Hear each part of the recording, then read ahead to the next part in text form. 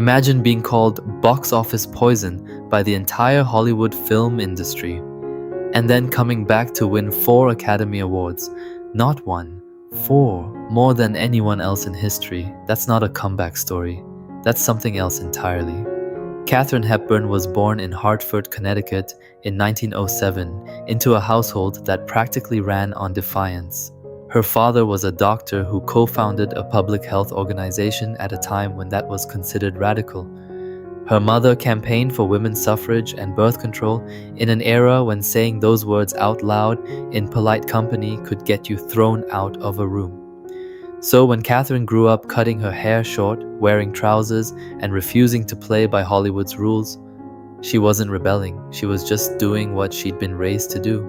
But before any of that, there was a tragedy that shaped everything. In 1921, when Katharine was 13, she found her older brother Tom dead. The death was ruled an accidental hanging, though it appeared to many to be a suicide. She never fully got over it. She actually pulled out of school for a time, and for the rest of her life, she quietly observed Tom's birthday, May 12th, as her own. She didn't correct people, she just let them believe it. I've always found that detail quietly devastating, a small private act of keeping him alive. Her early years in theater were a disaster in the most human way possible. Fired from roles, booed, dismissed. Then came Morning Glory in 1933 and her first Oscar. Then a stretch in the late 30s where studios labeled her unmarketable.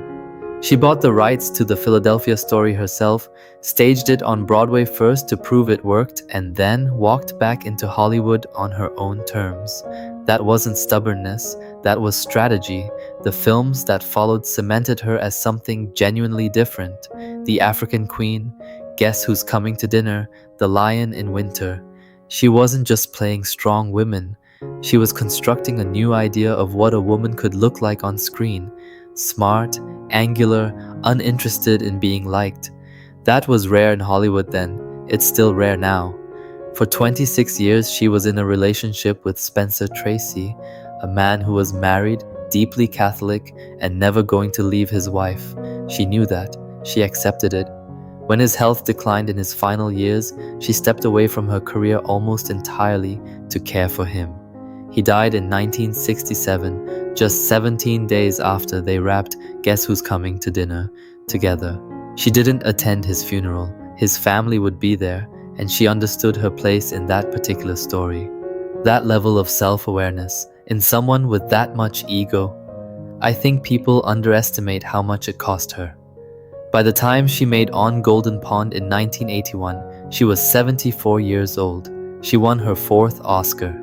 She kept working until 1994. In her final years, her health declined steadily. She dealt with the tremors of a neurological condition that had followed her quietly for decades, and in her last period, dementia. She passed away on June 29, 2003, at her home in Old Saybrook, Connecticut. Cardiac arrest. She was 96 years old, and she died in the same state where she'd been born. What she left behind isn't really about the awards, it's about the permission she gave. Permission to be difficult, unbothered, unapologetically yourself, in a system built to sand those edges off. If you have a favorite Katharine Hepburn film, or a detail about her life that sticks with you, drop it below. I'm genuinely curious what people think holds up. 3 children were asleep in the back seat. Their mother was in the front, and somewhere on a dark Louisiana highway, just after 2 in the morning, a car drifted into the back of a tractor trailer, and the world woke up to news that Jayne Mansfield was dead. She was 34 years old, born Vera Jayne Palmer in Bryn Mawr, Pennsylvania, on April 19, 1933. She didn't have the most stable start. Her father died of a heart attack while driving when she was just 3 years old, and she was in the car. That detail sits with me in a way I can't quite shake. She spent her whole life in front of cameras, being watched. And the first catastrophic thing she ever witnessed happened when no one was watching at all. She married young, moved to Hollywood, and immediately started doing what almost no one else was willing to do at the time: make herself impossible to ignore. She rocketed to fame as a gifted comedic actress in movies like The Girl Can't Help It in 1956, and studios at 20th Century Fox tried to package her as a direct rival to Marilyn Monroe. What's interesting about that, and what tends to get lost, is that behind the scenes, Mansfield was a trained violinist and pianist who boasted of having a genius-level IQ, and she was a devoted mother of 5. The dumb blonde was the performance. The woman underneath was considerably more complicated. Her best performance, by most critical accounts, was in The Wayward Bus in 1957, based on a John Steinbeck novel. Not the comedies, not the pin-up roles, a serious drama. She could do it. Whether Hollywood ever really let her is a different question. By the early 1960s, her film career was winding down into lower-budget, more exploitative territory. She kept working, nightclub appearances, television, anything she could get. The night she died, she was returning from a nightclub engagement in Biloxi, Mississippi, heading to New Orleans for a television appearance scheduled the following morning. Even at the tail end of her star power, she was grinding. That says something. Around 2 a.m., the 1966 Buick Electra she was traveling in crashed into the back of a trailer truck, instantly killing everyone in the front seat. The 3 children sleeping in the back seat, including a 1-year-old girl named Mariska, were injured but survived. That little girl would grow up to become Mariska Hargitay, one of the most recognizable faces on American television for the last 25 years. She built her whole career while carrying that night with her. The rumors about decapitation spread fast and never fully died. The truth is that her wig was thrown from the car, and in some photographs it appeared to be something else entirely. The police report was more clinical and more disturbing. But she was not decapitated. The rumor was grislier than the reality, which is almost always how these things go. Here's the detail most people don't know. Her death directly led to federal safety regulations requiring all tractor-trailers to have a rear underride guard installed, a metal bar designed to prevent cars from sliding beneath trucks in exactly the kind of crash that killed her. That safety feature is now commonly known as the Mansfield bar. She didn't intend to change anything, but her death rewrote federal law and has almost certainly saved thousands of lives since. That's a legacy she never got to know about. She was dismissed in her lifetime as a gimmick, a cheaper Monroe, a one-note joke. The fuller picture is someone who understood exactly what game she was playing, played it strategically, and got trapped by it anyway. That's not a cautionary tale. It's just the truth about what the industry did to women who made themselves too visible to ignore. What do you actually know about Jayne Mansfield? The person, not the image. Drop it in the comments. I have a feeling most of us know the wig story and not much else. She hated the song, flat out hated it, and she recorded it anyway, and it sold 1 million copies and launched one of the most recognized voices of the 20th century. That tension between what she wanted and what the world wanted from her pretty much defines everything that came after. Rosemary Clooney was born on May 23, 1928, in Maysville, Kentucky. The childhood was not gentle. Her father was an alcoholic, often in and out of jail for public drunkenness, and her mother eventually packed up and moved to California, leaving 15-year-old Rosemary and her younger sister Betty behind. The 2 girls were passed between relatives, and somehow, in the middle of all that instability, they found music. They started singing on WLW radio in Cincinnati in 1945, earning $20 apiece. $20, that was the beginning. Bandleader Tony Pastor heard the Clooney sisters while touring Ohio and hired them. For 3 years, Rosemary and Betty crisscrossed the country with the band, earning $125 a week and sleeping when they could. Then Betty got tired and went home. Rosemary went to New York instead. A Columbia Records producer named Mitch Miller offered her a novelty tune called Come On My House, written by Armenian-American author William Saroyan. She fought it. In her own words, She described it as a musically snobbish period in her life. She genuinely didn't want to record the thing. Her first royalty check from that song came to $130,000. She never second-guessed a producer quite that confidently again. The 1950s were good to her. Hits followed: Mambo Italiano, Tenderly, Hey There, This Old House. In 1954, she starred alongside Bing Crosby, Danny Kaye, and Vera Ellen in White Christmas, which became the kind of film that families returned to every December without fully thinking about why. And then, as the decade turned, everything started coming apart. Rock and roll arrived and ate the market for singers like her. Her marriage to actor Jose Ferrer was turbulent. They divorced, remarried, and divorced again. She was raising 5 children. She was dealing with prescription drug dependency. And then 1968 happened. She was present at the Ambassador Hotel in Los Angeles when Robert F. Kennedy was assassinated, a man she had campaigned for, a friend. She had a very public breakdown shortly after, during a performance in Reno. That was the bottom.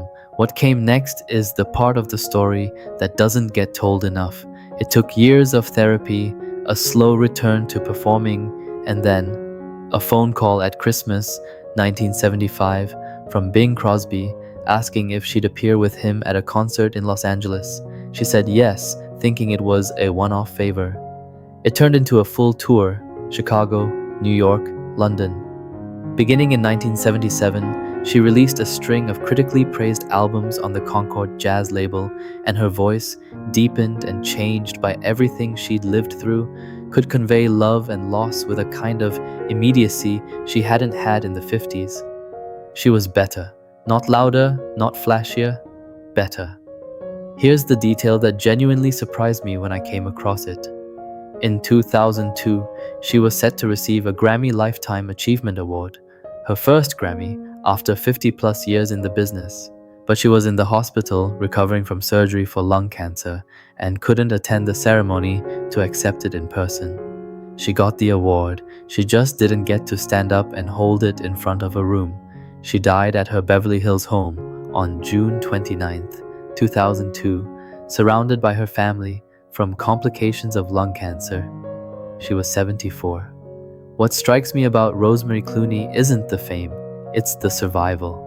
She came from nothing, built something enormous, lost it almost completely, and then rebuilt it on her own terms, in her own time, singing jazz in smaller venues for audiences who actually listened.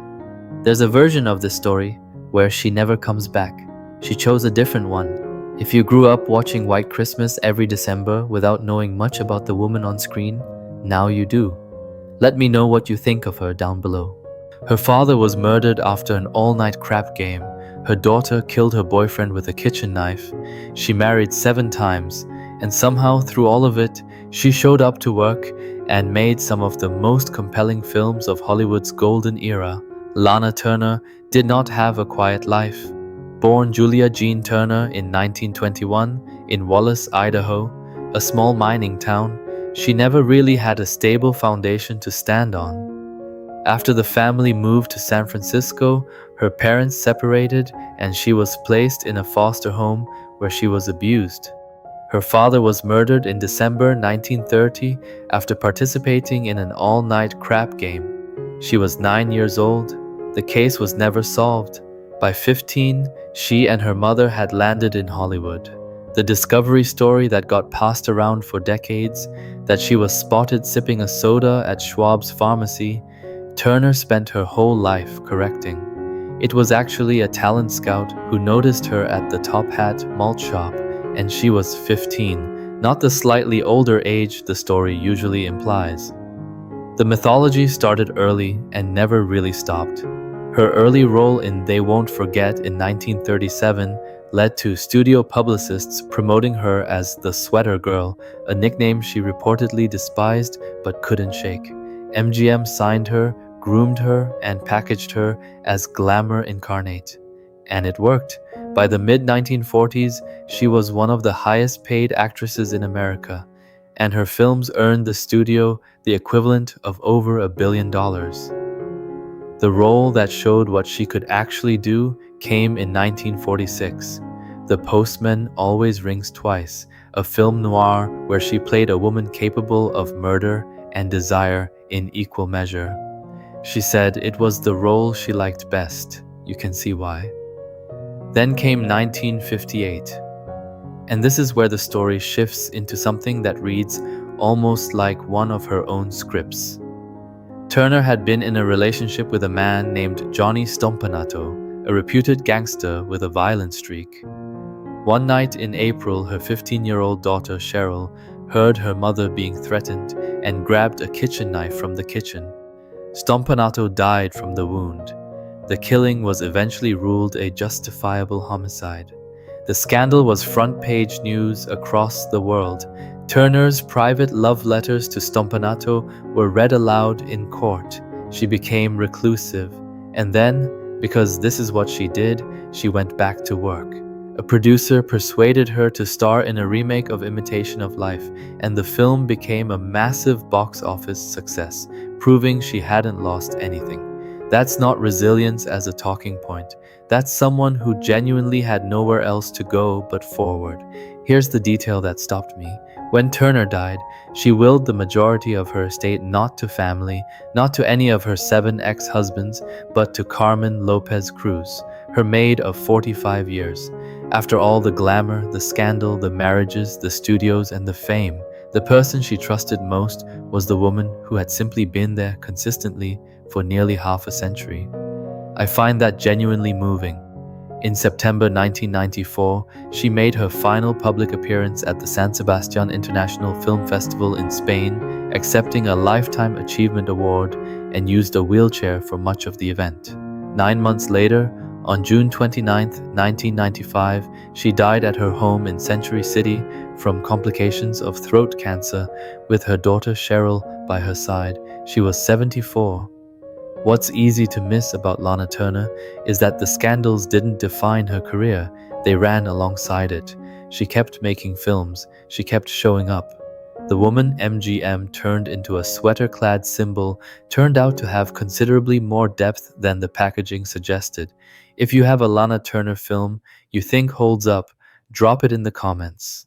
I'm genuinely curious which ones people still seek out.